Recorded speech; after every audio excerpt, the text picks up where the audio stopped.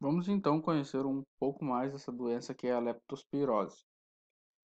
A leptospirose é uma doença bacteriana, infecciosa e endêmica no Brasil, com características sazonais, ou seja, existem períodos de maior prevalência em determinadas épocas do ano, sendo esses momentos em que há maior índices pluviométricos, ou seja, a maior chuva.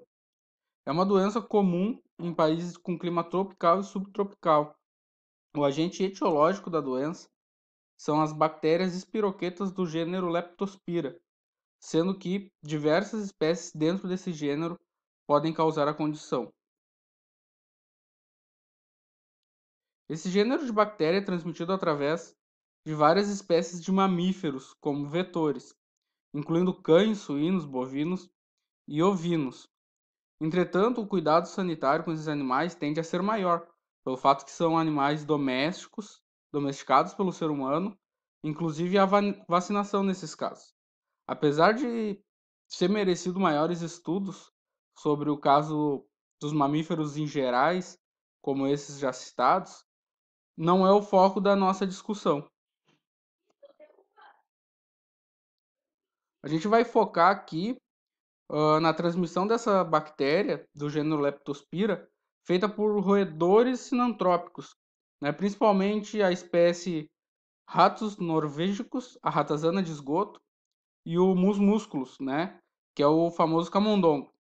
Esses roedores sinantrópicos, eles são os principais reservatórios da Leptospira itemorraginae, que é a mais comum no perímetro urbano e também é das espécies do gênero, é a espécie que causa mais, que é mais prejudicial ao ser humano, tá? Então, é a pior de todas as bactérias do gênero pra gente é essa, é a que os roedores carregam, tá?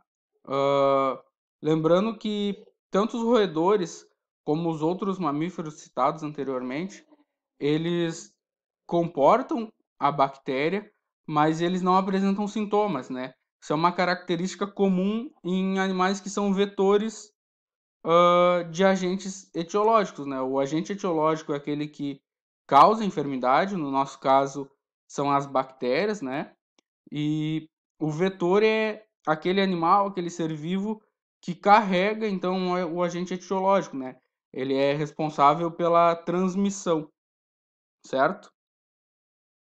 Ah, a contaminação, ela se dá através do contato direto, né, com esses ratos, né, com os líquidos corporais desses ratos, ou a ingestão de água contaminada ou alimentos contaminados.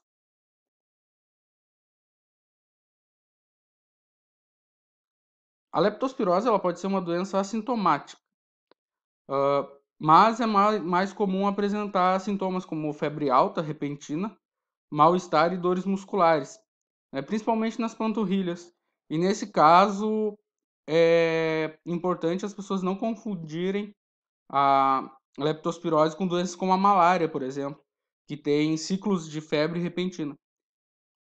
Ela também pode causar dor de cabeça no tórax, olhos vermelhos, tosse, cansaço, calafrios, icterícia, que são manchas verdes ou amareladas na pele e no branco dos olhos, hemorragias, complicações renais, torpor e coma, né? São sinais mais graves da doença, que também são conhecidos como doença de Weil ou síndrome de Weil.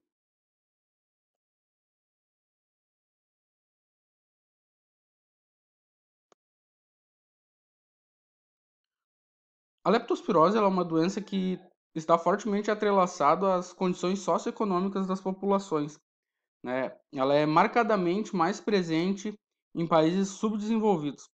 Um artigo publicado por um grupo de pesquisadores do Distrito Federal, que analisou desde os anos 2001 ao ano 2009, revelou que nesse período, no Brasil, foram registrados 31.134 mil casos da doença, com uma letalidade de até 10,8%. Na região sul e sudeste do Brasil foram registrados os maiores índices. Desses 31.134 casos, essas duas regiões registram 70%, né? E esse estudo ainda indica que a ocupação desordenada das cidades, principalmente nas margens e riachos, né, urbanos, e os problemas relativos a saneamento básico, somado à aglomeração social, né, de baixa renda e a alta infestação de roedores tornam no Brasil, a doença mais frequente nas cidades. Em um contexto geral do mundo, a leptospirose, então, ela fica não mais restrita, mas mais comum em zonas rurais, né, porque é a presença daqueles animais, como bovinos, ovinos, suínos, mas no Brasil ela é mais prevalente em perímetros urbanos. No Rio Grande do Sul, o Rio Grande do Sul ainda vai de encontro ao contexto global. É mais comum nas áreas rurais, tá?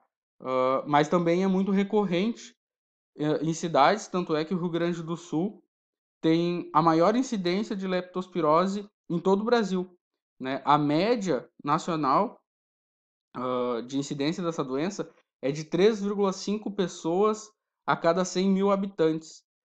No Rio Grande do Sul, essa média sobe para 10 pessoas a cada 100 mil habitantes, tá? E isso se agrava muito nos períodos de chuva, né? Que são aqueles períodos com maior índice pluviométrico, porque o que que acontece?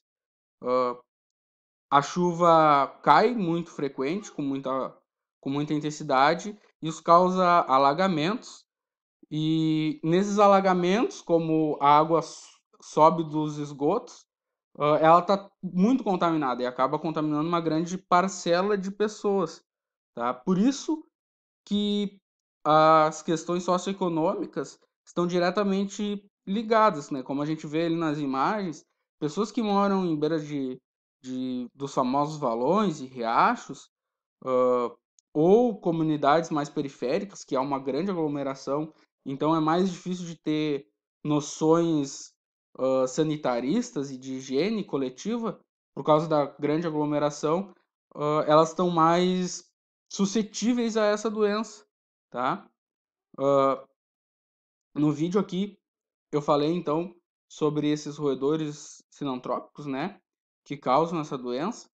Abaixo eu vou deixar um texto mais explicativo sobre esse tipo de relação ecológica, que é a sinantropia, que é o assunto mais importante para a gente entender esse tema que a gente está debatendo, que é relações ecológicas humanas e doenças, ok?